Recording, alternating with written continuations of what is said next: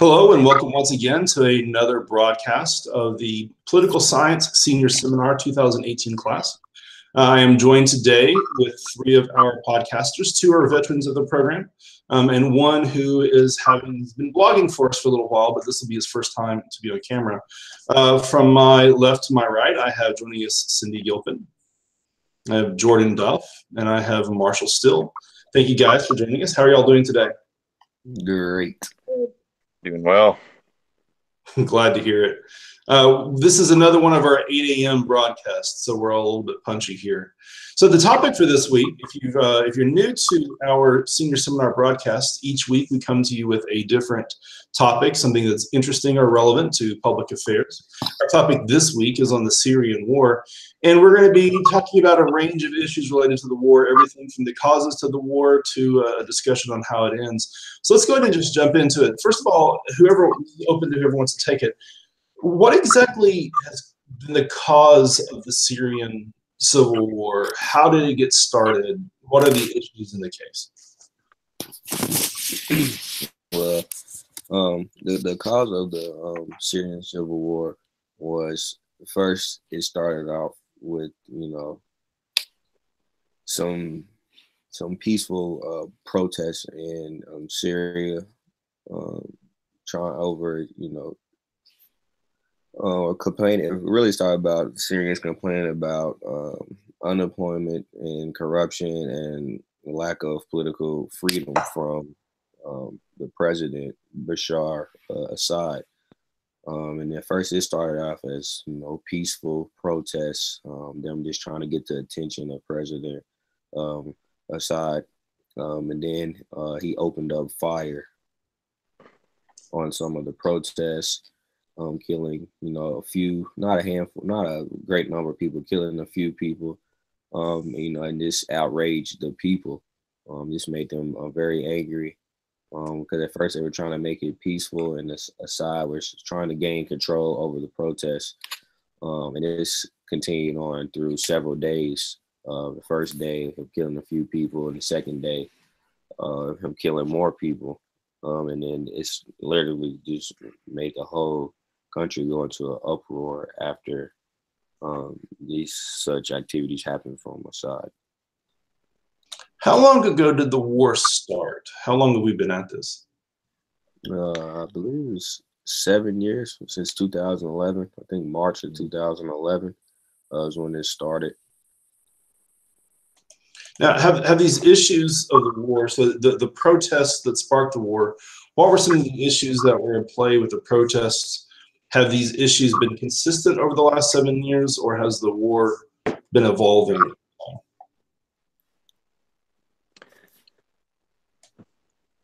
Well, certainly the issues of corruption and having a dictator in power, dictatorship, has existed far before 2011. The Assad family came into power back in 1971, and so these complaints and grievances about corruption and misuse of power and money have been sort of snowballing. Now, past 2011, it's essentially the same, just sort of ramped up in the chemical warfare sense, especially internationally now. But several of the attacks that have been made by Assad on his own citizens have been large in scale, just similar to the way that he started firing on his own citizens in 2011 during the Arab Spring. And to kind of follow up on that, one of the difficult parts of this conflict has been the number of actors who were involved. Marshall, you mentioned the role of the chemical warfare and how that might have affected the international community. Who are some of the other players in this war? The domestic players who are involved, but also people who are involved in the international community. And some of the people that are involved inside, or are rebel groups that were formed based on different, political ideas and what they want to get established. One that's very well known, pretty sure most people know, is ISIS. Was formed The Kurds, I believe, is another strong one. And then some of the backers of these, is Russia is a very big one.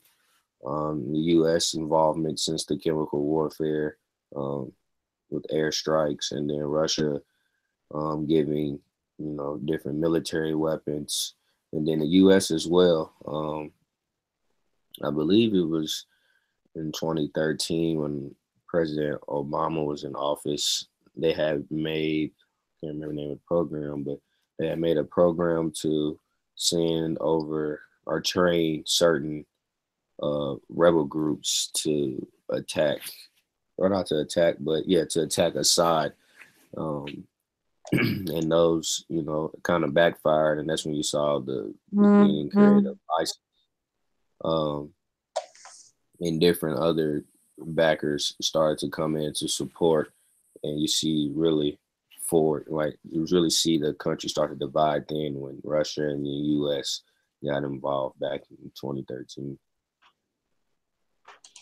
So we have Russia, the United States. Are there any other country actors that we need to be aware of? ISIS, you mentioned. Are there any other international terrorist organizations that viewers need to be aware of back home?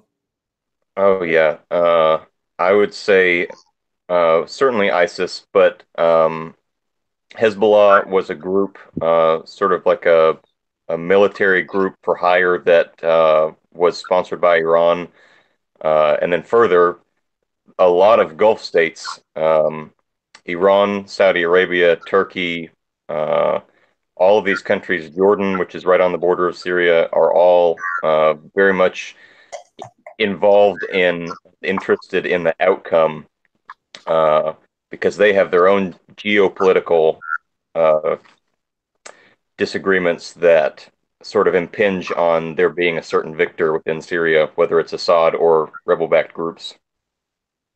I mean, the way that you're describing it, Marshall, it almost sounds like the Syrian conflict has turned into a proxy war where countries are fighting each other through Syria. Is that fair, or is that an overstatement? I would say that's definitely fair. It certainly didn't begin as a proxy war. It just sort of sprung up with the rest of the Arab Spring conflicts. But quickly, when the government control devolved, it became clear to Iran and Saudi Arabia that there were incredible benefits to having more power uh, further north or further west if you're Iran. So yeah, it became a big money fueling, troop fueling effort to change a power dynamic. Given the number of players in the war externally, has there been a chance? Is there a legitimate chance for the rebels to win this war? Is the Assad regime under real threat? What do you guys think? Some of them didn't agree. Like, they think that the rebel groups really don't have much of a chance because they don't really have a lot of area left that they can control. Has that been because of how the war has played out, or was it that the rebels never really had much strength to begin with? It's probably just how the war has played out because of where everything is stationed. But Assad has been getting a lot of help from outside governments. Yeah, for a while it seemed to be very clearly to go in favor of the rebels. At the onset, the government control sort of crumbled quickly, but here's in the last 3 or 4 years that has dramatically changed. Yeah, that's what I was going to add to the rebels when it first started. Had a very strong chance of winning, but just while you saw the breakup into different rebel groups, like I said, ISIS, the Kurds, and Assad's regime. I mean, everybody had different political ideas. At first, it was all just the rebels versus Assad, and then you saw the break off of people with different political ideas, and that's what's going on right now. Really, I mean, there's probably more I mean, it's probably literally, I mean, they can't keep track of it, but it's probably over 100, probably different rebel groups. I mean, some big in size, some small, might be a few people with different political ideas trying to, bring down the side, but they're trying to do it in different ways. And this is why you see, I mean, the country's been in war for the last 7 years, since 2011. So, what are some of the factors that have fueled the differences between these rebel groups? Is it just these are groups in different parts of the country? Do they have political differences? Are they ideological differences? What are the sources of these conflicts? I think for different groups, there are different motivations. For instance, the Kurds broke off from Syria in the midst of this because they wanted independence. They wanted to be separate from the Syrian government and have their own control of their territory. So that's a political, territorial issue. But then obviously you have the rebel groups and the FRS, the Free Syrian Army, that are rebelling directly against Assad. So a mix of political, ideological, considering that they're interested in having a more democratized government. And then, of course, you have the wholly ideological invasion of ISIS in 2014 that was purely for that interest in creating a caliphate. I can understand whenever Marshall is discussing the differences between the external actors.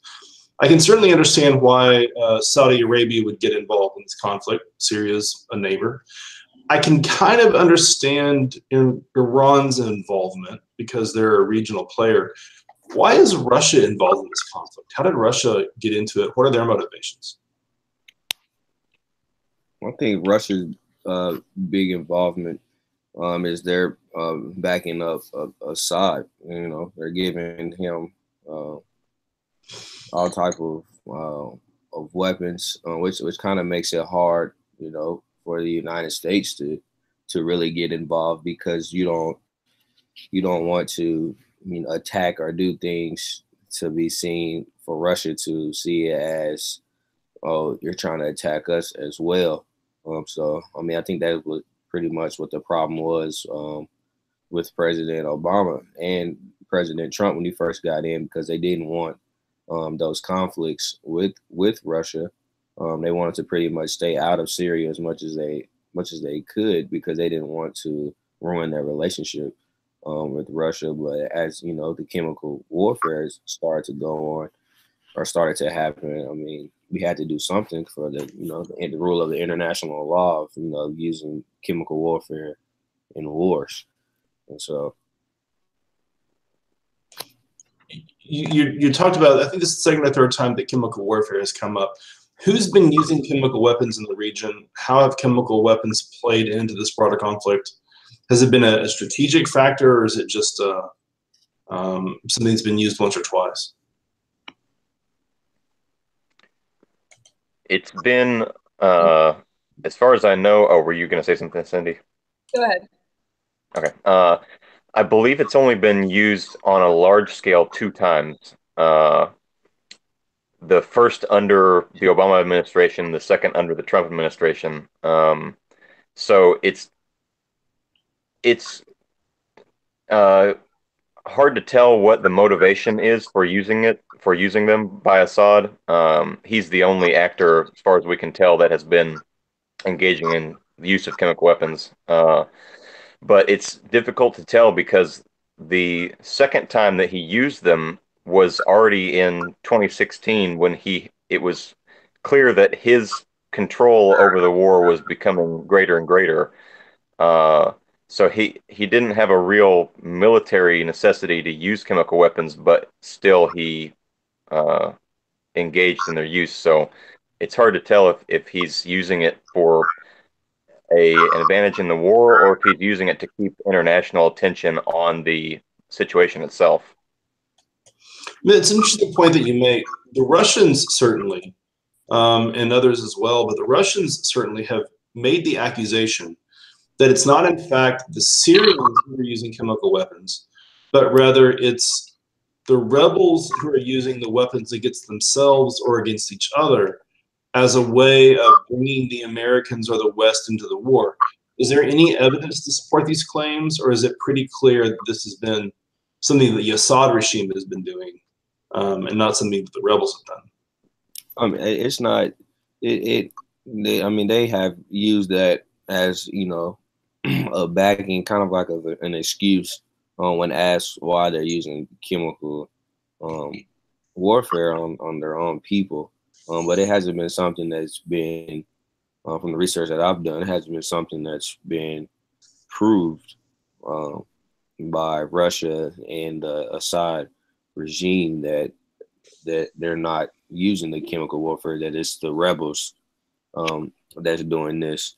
And I think this is what, you know, frustrated and kind of sent the U.S. over the top and caused them to use the airstrikes, is because they're seeing this as more as a hate crime, not something they're using to, you know, get political advantage or disadvantage over the rebels. They're kind of just using mass destruction against their own people just because they can. I think this is what frustrated and sent the U.S. over the top on President Trump and his administration, which caused them to use airstrikes. Because, I mean, using chemical warfare is just completely unacceptable, especially on your own people. Now, Trump has launched a couple of strikes against the Syrian government, but the threat of airstrikes was originally proposed by Barack Obama, what's been called his red line strategy. Why didn't Obama launch strikes if chemical weapon use started during the Obama administration? Why has it taken so long for America to actually try to use force to stop chemical weapons from being applied here? I actually did research on this and looked into it because I didn't really understand like what red line meant at first. But when I was looking into it, I saw that apparently it was like Russia had like relations with the US, like we had all met, or at least Barack Obama and them had met, and they sat down and talked about it. And I guess they worked out something to where the US didn't have to get involved, which I thought was kind of interesting because why are we negotiating with Russia if they're on the opposite side of what we were supposed to be on? But from what I read, yeah, that's why they didn't get involved, was the fact that they had met with Russians or like the higher ups in Russia, and they came to a conclusion that they didn't need to get involved. Yeah, if you evaluate just the presidential style between Obama and Trump, purely on their preferences for making things happen, Obama was definitely of the more diplomatic, policy-minded. If we can do this through agreement and through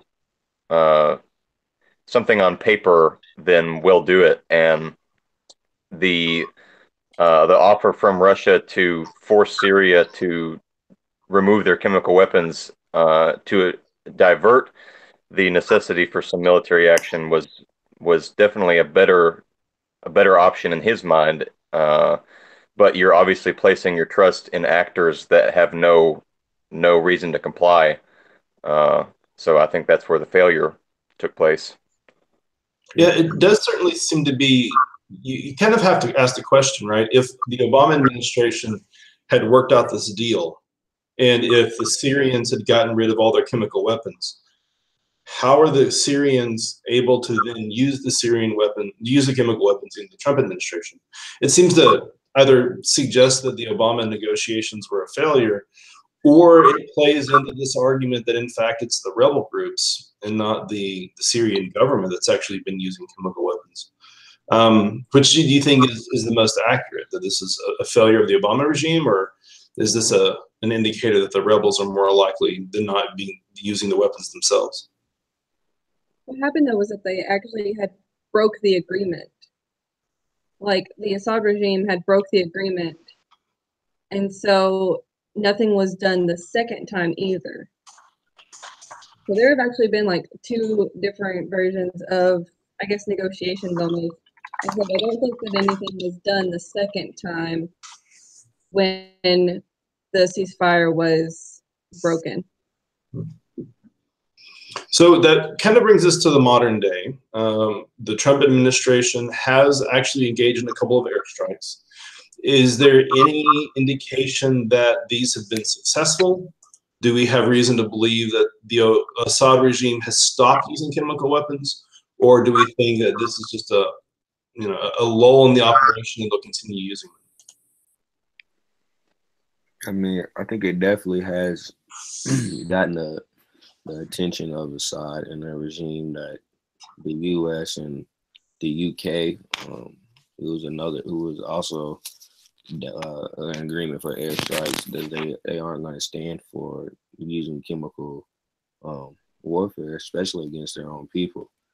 So I don't know if it has necessarily stopped the chemical warfare using, but I think it definitely has bring a little halt to it.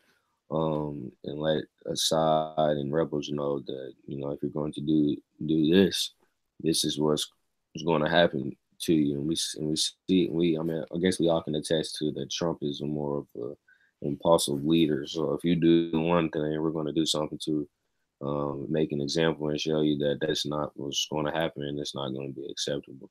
So I don't know if it's necessarily stopped the chemical warfare that's going on, but I mean, it definitely has put a little halt to it and got the attention of Assad and the rebels. Another criticism that's been leveled against first the Obama regime and then maybe a little bit against the Trump regime as well, the Trump government, is that the United States has not been doing enough in the war. Should the U.S. have been taking a more affirmative role in the war? Should the U.S. be militarily backing the rebel groups? Or have we taken basically the best course possible?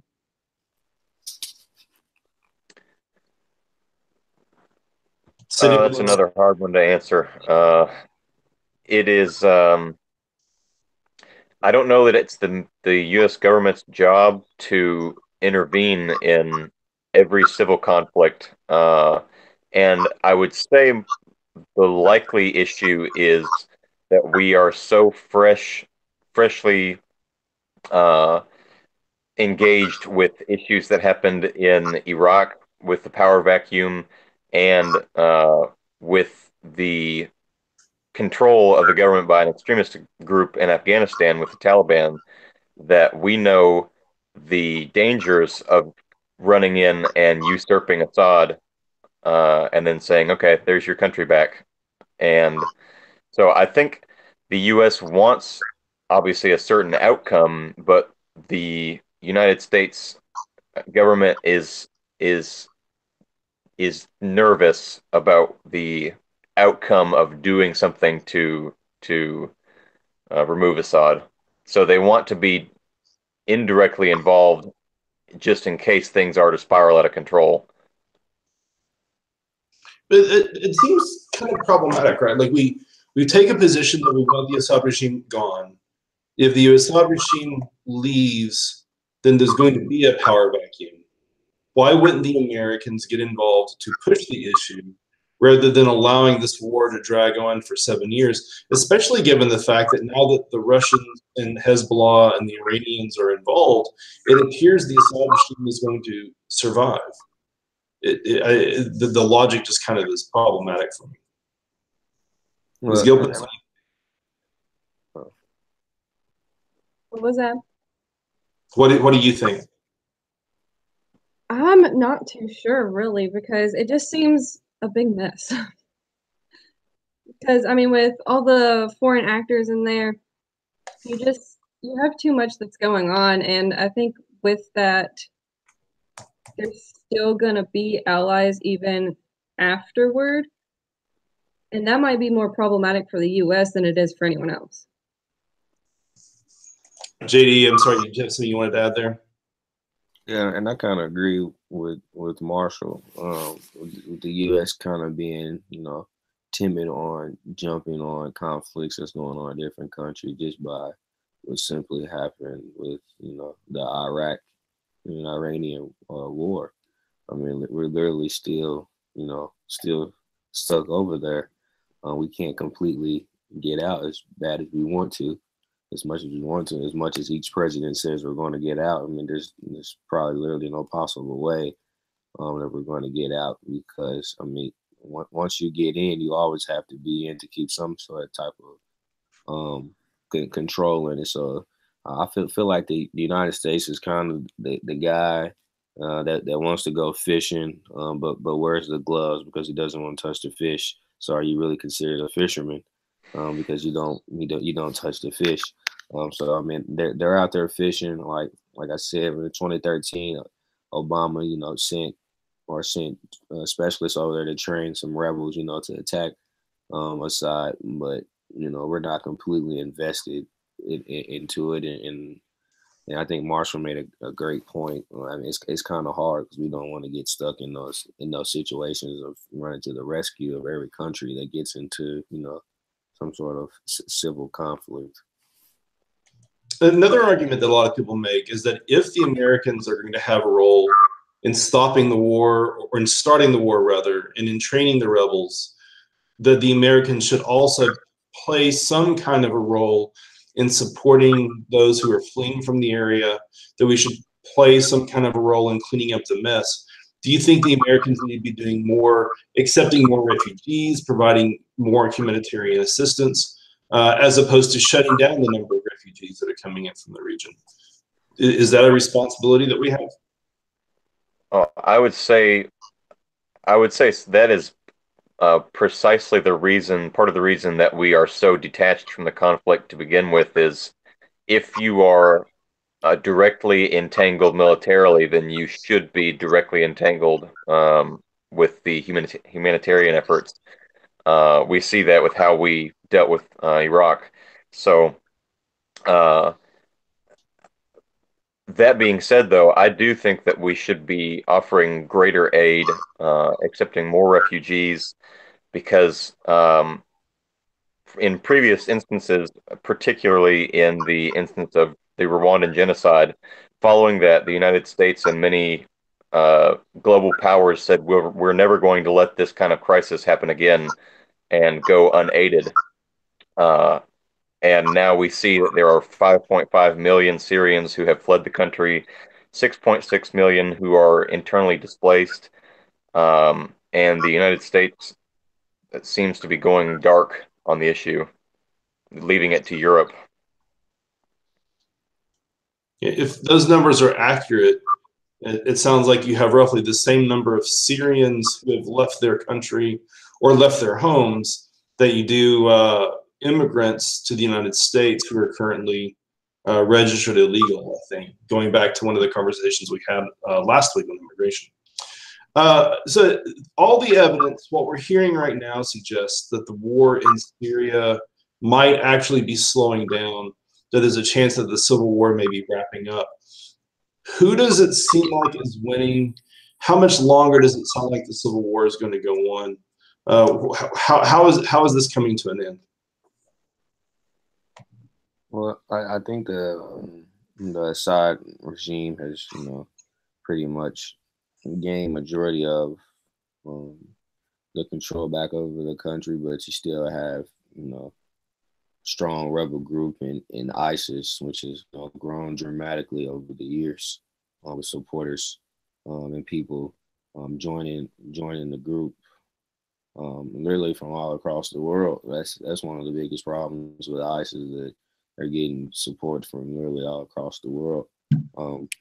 And so, but I think the Assad regime is, kind of taking that role of taking back over what they started, but you still have the ISIS rebel group who was pretty large in size, who will always kind of be there knocking on the door. Yeah, it's hard to tell if the rebels or the Kurds are going to be the longer lasting faction not inside Assad's control. believe it was 2016 that Aleppo fell to the Assad regime. It was the last rebel-held large urban area. And they have large swaths of territory, but they're not habited territory. It's just land. Uh, you sort of see the same thing with the Kurds, but the Assad regime is definitely interested in ending the rebel faction. Uh, in fact, he has the assistance of Turkey in battling the Kurds. Same with not attacking ISIS, is that they have an interest in fighting the Kurds as well. So uh, it seems like the war is coming to a close because Assad has decided to let everyone who wants to fight each other do so, and then he will clean up the mess at the end and regain control of the territory. Well, and that kind of brings us to our last question. If it does appear that the Assad regime is winning, and if it, as you suggest, seems that these internal forces are now kind of fighting against each other as the war runs down, what are the odds that this war is going to result in a peaceful Syria? What do you think the role of Syria is going to be in the broader Middle East? And we'll just go around the room and ask you, each of you guys, this question. What happens now once the war is over? I think the first thing that needs to happen is relief groups need to be sent in and literally help the city rebuild literally buildings. I mean, they've been in war for 7 years, and I watched several documentaries. One being I can't remember the correct pronunciation for Dr. Williams, Algiers.com. Al Jazeera. Yeah, Algiers.com. I watched a documentary on that, and I mean, there's literally, if you look left to right, there's building that's in rubble from bombings, missile launches. So I think the first thing that needs to be happening to go in, and they need to help the country rebuild with inside first. Send in relief groups, and this helped the country from a financial aspect first, build back up, so that it actually looks like a place where people live and not a war museum at the moment. Marshall, how about you? Yeah, it's another difficult one to answer. The track record for Syrian peace has been pretty shaky for the last 2,000 years. So, in the interest of Assad, I would say that the best course of action for Assad, assuming that he maintains control of the country, is to immediately accept the uh, the help of international organizations, similar to what Jordan said, uh, international rebuilding organizations, peacekeeping organizations like the UN, coming in and helping transition the country that is so fractured back under an Assad regime.